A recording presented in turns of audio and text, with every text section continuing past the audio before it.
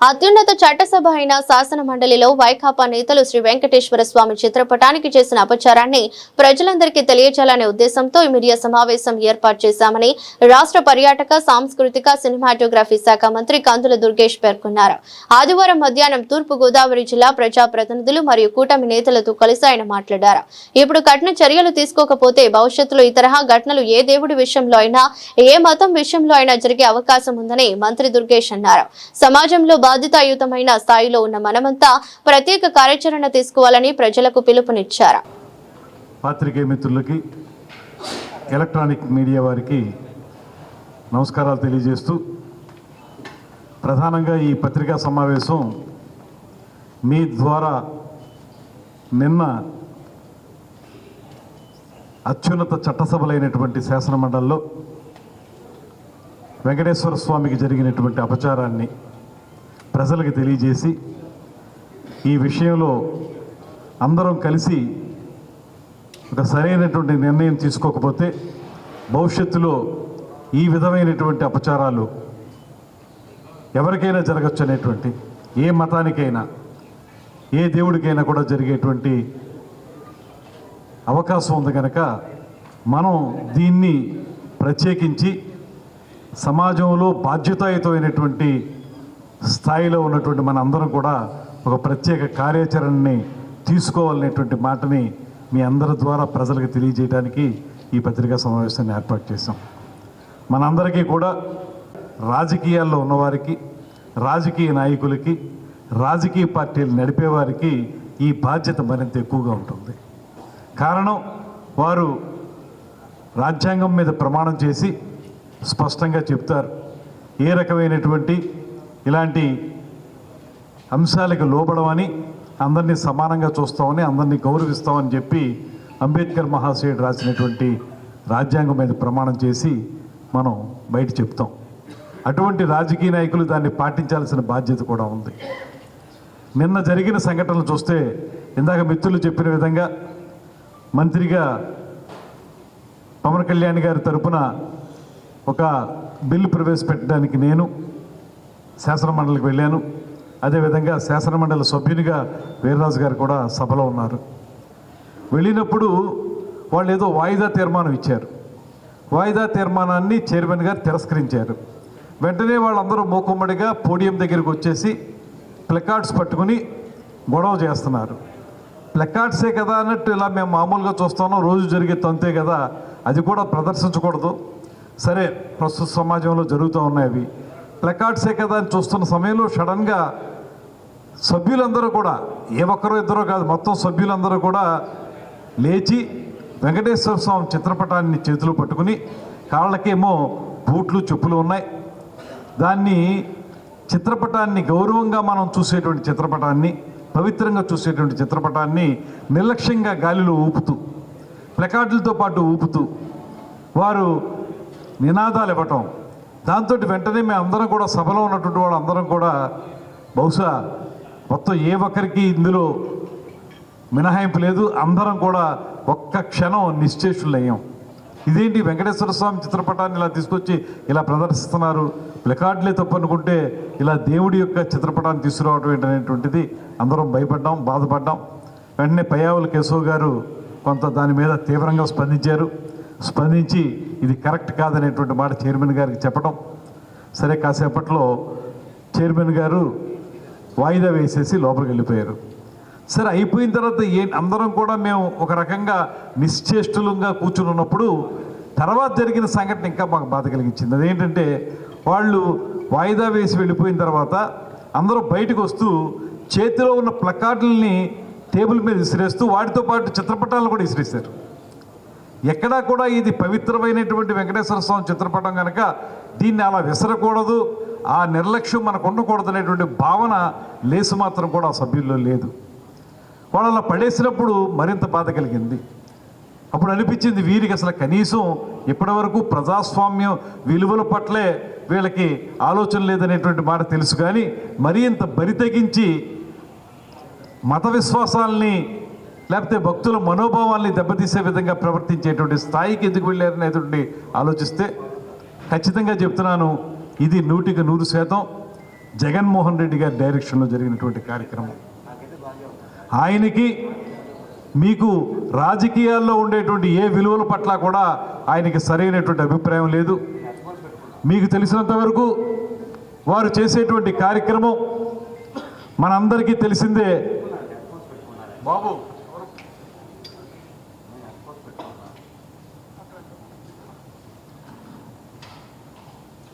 వారు చేసేటువంటి కార్యక్రమాలు మనందరం గమనిస్తే తొలి నుంచి కూడా అప్రజాస్వామికంగా కార్యక్రమాలను నిర్వహించటం, ఇష్టం లేని వ్యక్తుల్ని ఏదో రకంగా జైల్లో పెట్టించటం, ఎవరైనా వినతి పత్రం ఇవ్వడానికి ఆ రోజుల్లో ఆఫీసుల దగ్గరికి వెళితే హౌస్ అరెస్టులు చేసి ఇంట్లో కూర్చోబెట్టడం, తప్పు లేకపోయినప్పటికీ కూడా ఏదో రకంగా కేసు బనాయించి లోపల పెట్టడం లాంటి విధానాల ద్వారా ఆయన ఒక నియంత అనేటువంటి పేరు ఆయన తెచ్చుకున్నాడు. అది మనందరికీ తెలుసు. ఇవాళ వెంకటేశ్వర స్వామి విషయంలో చూసుకున్నట్లయితే నేను ఒకటే మాట చెప్తున్నాను, మనం ఎక్కడికి వెళ్ళినా కూడా అక్కడ ఉన్నటువంటి మతాచారాలని పాటించడం అనేది మనందరం చేసే పని. ఆయన ఏనాడైనా ఒక రాజ్యాంగపరమైనటువంటి పదవిలో ఉండి ఒక రాష్ట్రానికి ముఖ్యమంత్రిగా ఉండి అందరూ సమానమైనటువంటి భావన ఏనాడైనా కల్పించగలిగాడు ప్రజల్లో. మీరు తిరుపతి వెంకటేశ్వర స్వామి దగ్గరికి వెళ్తే ఆ డిక్లరేషన్లో మీరు సంతకం పెట్టరు. సతీ సమేతంగా పట్టు వస్త్రాలు దేవుడికి సమర్పించాలంటే సతీ సమేతంగా వెళ్ళరు. అంతేకాదు అక్కడ తిరుపతిలో తిరుమల కొండ మీద గోవిందనామస్మరణ తప్పితే ఏమీ ఉండకూడదు అనేటువంటి నిబంధన మనందరికీ తెలుసు. సాక్షాత్తు వారి పిన్ని గారితోటి ఆయన జగన్ రక్షక గోవింద అనేటువంటి నినాదం చేయించినటువంటి దుర్మార్గాన్ని కూడా మనం చూసాం. తిరుమల కొండ మీద ఎప్పుడైనా అలాంటివి జరుగుతాయా? దాంతోపాటు కల్తీ నెయ్యి, అసలు నెయ్యే లేదు వదిలేనటువంటి మాట, ఇవన్నీ చెబుతూ ఇవాళ ఈ కార్యక్రమం నిన్న జరిగిందంటే ఇది కేవలం అప్పటికప్పుడు జరిగినటువంటి యాదృచ్ఛికంగా జరిగిన కార్యక్రమం కాదు. జగన్మోహన్ రెడ్డి గారు సాక్షాత్తు ఆయన ఒక స్క్రీన్ ప్లే డైరెక్షన్ తీసి సభ్యులు ఏ రకంగా బిహేవ్ చేయాలో స్పష్టంగా ఆయన పొందుపరిచి ఆ రకంగా చేయించారు. అందులో పరాకాష్ట చెప్పులతోనూ బూట్లతోనూ దేవుని చిత్రపటం పట్టుకోవటం, దాంతోపాటు నిర్లక్ష్యంగా టేబుల్ మీదకి విసిరేయటం. పైగా బొత్స సత్యనారాయణ గారు అంటారు, దమ్ముంటే చూపించండి సభ్యులు ఎవరికైనా చెప్పులు ఉన్నాయా బూట్లు ఉన్నాయా అనేటువంటి మాట. అదిగో చూడండి అక్కడ మీకు కనబడతా ఉంది. మేమైతే స్పష్టంగా అక్కడ సభలోనే చూసాం, ఇప్పుడు మీకు కూడా కనపడాలి కనుక చూపిస్తూ ఉన్నాం. పూర్తిగా అందరూ కూడా చెప్పులు వేసుకుని పట్టుకున్నటువంటి ప్లెకార్డు పట్టుకుంటే ఏ రకమైనటువంటి నిర్లక్ష్యం ఉంటుందో అంతకు మించిన నిర్లక్ష్యం దేవుని చిత్రపటంతో వారు చేసినటువంటి సందర్భం నిన్న మేము గమనించాం. దానివల్ల ఇవాళ ప్రజలందరి మనోభావాలు, భక్తుల మనోభావాలు దెబ్బతిన్నాయి. వారికి ఏ రకమైనటువంటి నమ్మకాలు లేవు. ఏదోటి గొడవ చేయటం, గలాట చేయటం, భగవంతుణ్ణి కించపరచడం లాంటి కార్యక్రమాలు చేయమనేటువంటి ప్రోత్సాహం కేవలం జగన్మోహన్ రెడ్డి గారి వారి సభ్యులకి ఇచ్చారనేటువంటి మాట సుస్పష్టమైపోయింది. ఇవాళకి నిన్న ఒక సంఘటన వల్ల మేము ఈ నిర్ధారణకు రావట్లేదు. గడిచిన కొంతకాలంగా 5 సంవత్సరాల అధికారంలో ఉన్నప్పుడు వారు కానీ తర్వాత ఇప్పుడు కానీ వారు చేస్తున్న కార్యక్రమాల పరంపర మనం చూస్తే ఒక్కొక్కటి మనకు స్పష్టంగా అర్థమయ్యేది ఏంటంటే అసలు ఆయనకి ఎదుటి వారిని గౌరవించేటువంటి మనస్తత్వమే లేదు. దానికి వారు బుకాయిస్తూ మేమేమి చెప్పులు వేసుకోలేదనేటువంటి మాట చెప్పడానికి తెగిపడ్డారు. దానికి స్పష్టమైన ఆధారాలు ఉన్నాయి. ఇవాళ మేము ఒక్కటే కోరుతా ఉన్నాం, ఇది ప్రజలందరూ గమనించండి. దీన్ని విస్తృత స్థాయిలో ప్రజలందరికీ తెలియచెప్పడం ద్వారా, ముఖ్యంగా పత్రికల మాధ్యమం ద్వారా ప్రజలకి తెలియచెప్పి ప్రజల్ని జాగృతం చేసి వారికి ఈ వైఎస్ఆర్ కాంగ్రెస్ పార్టీ అనేటువంటి ఒక రాజకీయ పార్టీ ఎలాంటి కుత్సితాలకు లోపడుతుంది అనేటువంటి మాటని తెలియజెప్పాలనేటువంటి మాట. ఎందువల్లంటే అంతిమంగా ప్రజాస్వామ్యంలో ప్రజలే ప్రభువులు. ప్రజలు ఇచ్చేటువంటి తీర్పుని శిరసావహించాల్సినటువంటి బాధ్యత మా అందరి మీద ఉంటుంది. ఇవాళ మీరు ఏదైతే చూస్తున్నారో దీన్ని స్పష్టంగా అర్థం చేసుకోండి. మనందరం కలిసి, సమాజం మొత్తం కలిసి, కేవలం రాజకీయ నాయకులు మాత్రమే కాదు, రాజకీయపరమైన విమర్శలు చేయాలనేటువంటి ఆలోచన కాదు, రాజకీయాల్లో ఉన్నవాళ్ళు మాత్రమే కాకుండా సమాజంలో ప్రతి ఒక్కరూ కూడా ఈ తరహా విధానాల్ని మనం ఖండించకపోతే దీని మీద సరైనటువంటి నిర్దిష్టమైనటువంటి ఆలోచన మనం చేయకపోతే భవిష్యత్తు అగమ్య గోచరం అవుతుంది. రేపొద్దున మరొకటి ఇలాంటి కార్యక్రమాలు పెద్దగా జరిగేదానికి అవకాశం ఉంది. మనందరికీ తెలిసిన మాట పరమత సహనం అనేటువంటి మాట మనకు తెలుసు. మనం ఈ భారతీయ సమాజంలో నివసిస్తున్నటువంటి మనందరం కూడా పరమత సహనంతో ఉండాలనేటువంటి మాటని నమ్మినటువంటి వాళ్ళం. అది కోల్పోయే పరిస్థితి వస్తే ఎవరూ కూడా ఉపేక్షించకూడదనేటువంటి మాటను నమ్మి నిన్న జరిగిన సంఘటన కొనసాగింపుగా ఈ వారం రోజుల పాటు ఈ కార్యక్రమాన్ని ప్రజల్లోకి తీసుకెళ్లాలని, తద్వారా ప్రజల్ని జాగృతం చేయాలని, వారి ద్వారా ప్రజల ద్వారానే, ఎందుకంటే ప్రజలే ప్రభువులు కనుక వారి ద్వారానే ఇలాంటి దుర్మార్గాల్ని అరికెట్టేలా చేయాలనేటువంటి ఆలోచనతో 3 పార్టీల కూటమి ఒక ప్రత్యేకమైన కార్యాచరణ తీసుకుని ముందుగా మీ పత్రికా మాధ్యమం ద్వారా ప్రజలందరికీ తెలియజెప్పి తర్వాత కూడా కొన్ని కార్యక్రమాలను రూపొందిస్తున్నాం. అవి చేసి మొత్తంగా ఈ తరహా విధానాలను ఎండగట్టేటువంటి కార్యక్రమంలో ప్రతి ఒక్కరూ భాగస్వాములు కావాలనేటువంటి ఆలోచనతోటి ఈ పత్రికా సమావేశాన్ని ఏర్పాటు చేసామనేటువంటి మాటను తెలియజేస్తూ మిమ్మల్ని కూడా అభ్యర్థిస్తున్నాను. మీరు 4th ఎస్టేట్ సమాజంలో మీ ద్వారా మీరు నమ్మినటువంటి అంశాల ద్వారా మనందరం కూడా ఏ ఒక్క నమ్మకానికో కట్టుబడి ఉన్న వాళ్ళం కాదు. మనందరికీ వివిధ రకాల నమ్మకాలు ఉంటాయి, మత విశ్వాసాలు ఉంటాయి. అయితే ఎవరు ఏ మతంలో ఉన్నా, ఏ నమ్మకంలో ఉన్నా అన్ని మతాల్ని గౌరవించాలనేటువంటి మాటను నమ్మేటువంటి వాళ్ళం మనందరం. దాన్ని కొనసాగించడానికి మీరు కూడా మాతో చేతులు కలపాల్సిందిగా మిమ్మల్ని అభ్యర్థిస్తూ సెలవు తీసుకుంటున్నాను. 320 రూపాయలు నెయ్యితో నువ్వు తయారు చేయించావంటే నీకు పరిపాలించడానికి అర్హత లేదని ప్రజలు 11 సీట్లు ఇచ్చారు. అదొక చిన్న విషయంగా ఒక సింగిల్ మ్యాన్ జడ్జిని వేశారు, 3 మ్యాన్ కమిటీని వేశారు. సిట్లో డాల్డా లేదు, సిట్లో ఏదో ఇంకొకటి ఉంది. అలా 320 రూపాయల నెయ్యి జగన్మోహన్ రెడ్డి వాడతాడా అని అడుగుతున్నారు, బొత్స సత్యనారాయణ వాడతాడా అని అంటున్నాను. నీ ఇంట్లో ఆ నెయ్యి వేసుకుంటావా అని అడుగుతున్నా. నెయ్యి మనందరం కూడా 660 కొంటే ఈవేళ నెయ్యిని ఏమంటున్నారు, ఆ ఎక్కువ కొనేసి 660కి అంటున్నారు.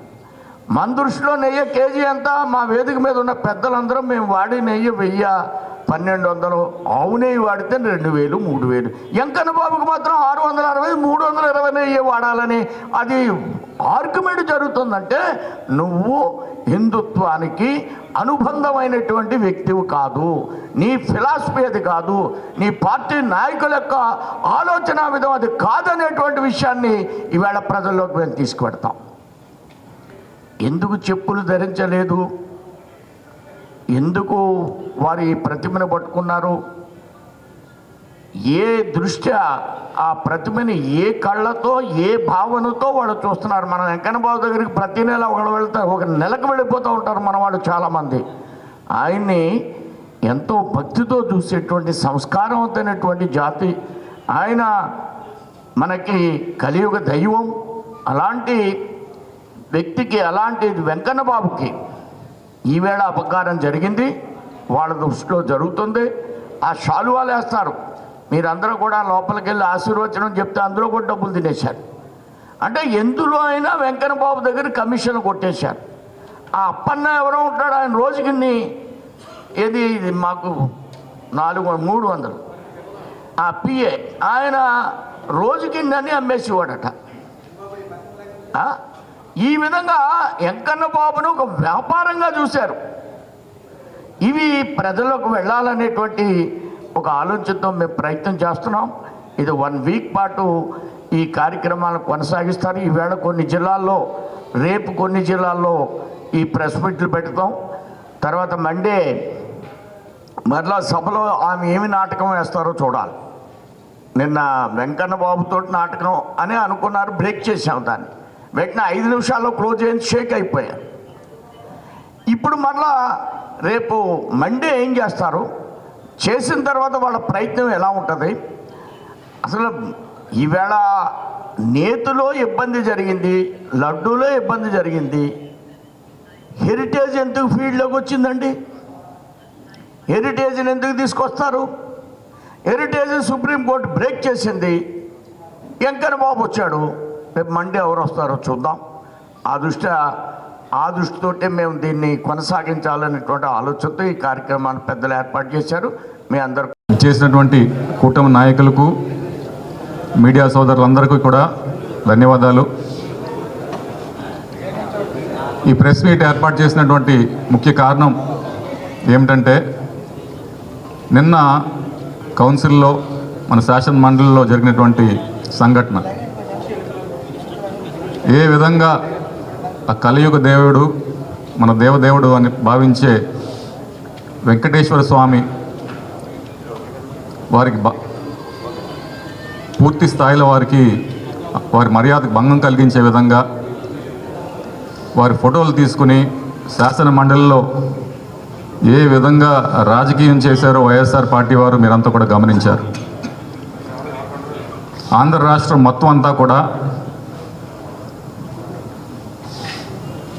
కలియుగ దేవుడిగా కొలిచే వెంకటేశ్వర స్వామికి అటువంటి అవమానం జరిగిందని చెప్పేసి రాష్ట్రం అంతా కూడా ఒక ఇబ్బందికరమైన పరిస్థితుల్లో ప్రతి ఒక్కరు కూడా ఉన్నారు. మరి దీన్ని ఖండించడానికి కూటమి పార్టీ తరపునే కాదు, ప్రజలతో మేము కూడా ఏకీభవిస్తున్నామని చెప్పడానికి ఈరోజు ఈ ప్రెస్ మీట్ ఏర్పాటు చేయడం జరిగింది.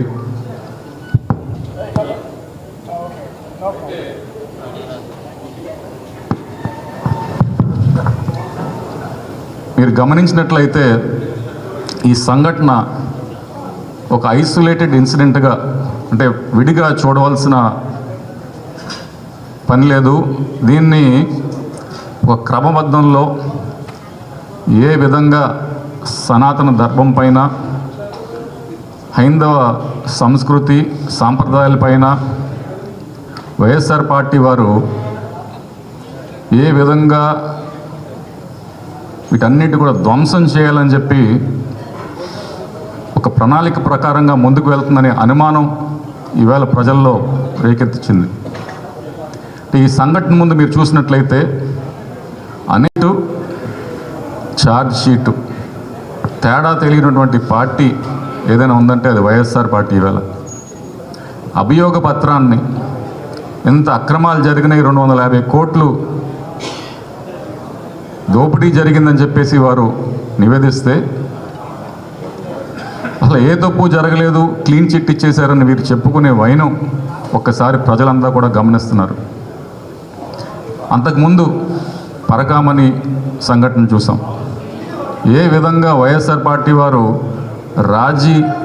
రాజకీయాలు నడిపారో, వ్యవహారం నడిపారో మనం అంతా కూడా గమనించాం.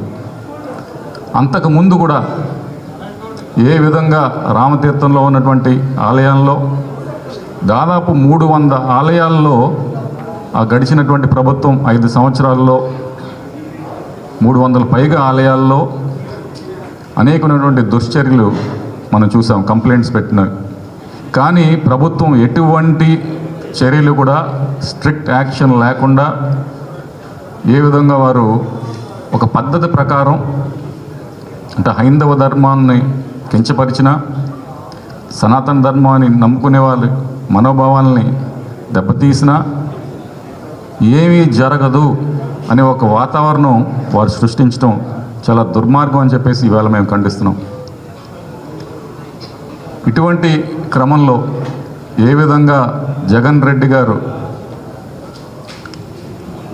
టీటీడీ ఆలయానికి వెళ్ళినప్పుడు, తిరుపతి ఆలయానికి వెళ్ళినప్పుడు, తిరుమల వెళ్ళినప్పుడు డిక్లరేషన్ ఇవ్వకుండా చెప్పులతో వెళ్ళినటువంటి వైనం మనమంతా చూసాం. అంటే ఇది ఒక క్రమంలో ఒక సంఘటన తర్వాత ఇంకో సంఘటన తర్వాత ఇంకో సంఘటన చూస్తుంటే ఇది ప్రణాళికబద్ధంగా జరుగుతుందా అనే అనుమానం ప్రతి ఒక్కరిలో కూడా ఉంది. దీనికి మూలం మీరు చూసినట్లయితే, ఈ సంఘటనలన్నింటినీ ఒకసారి పరిశీలించినట్లయితే దీని వెనక ఉన్నటువంటి మూలం ఏంటి అని మీరు గమనించినట్లయితే, జగన్ రెడ్డి గారికి హైందవ సాంప్రదాయాలు సంస్కృతి పట్ల, సనాతన ధర్మం పట్ల నమ్మకం లేమి ఒక ముఖ్య కారణంగా భావించాలి.